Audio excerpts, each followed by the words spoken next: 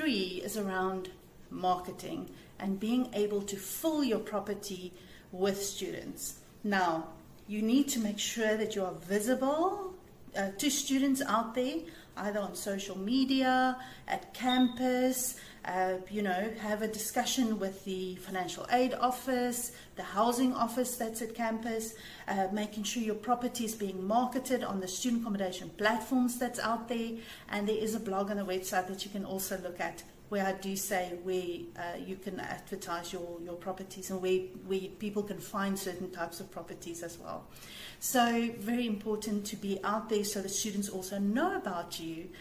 Maybe it's a physical board that's on your property, or like I say, in Facebook, which is obviously very important as well.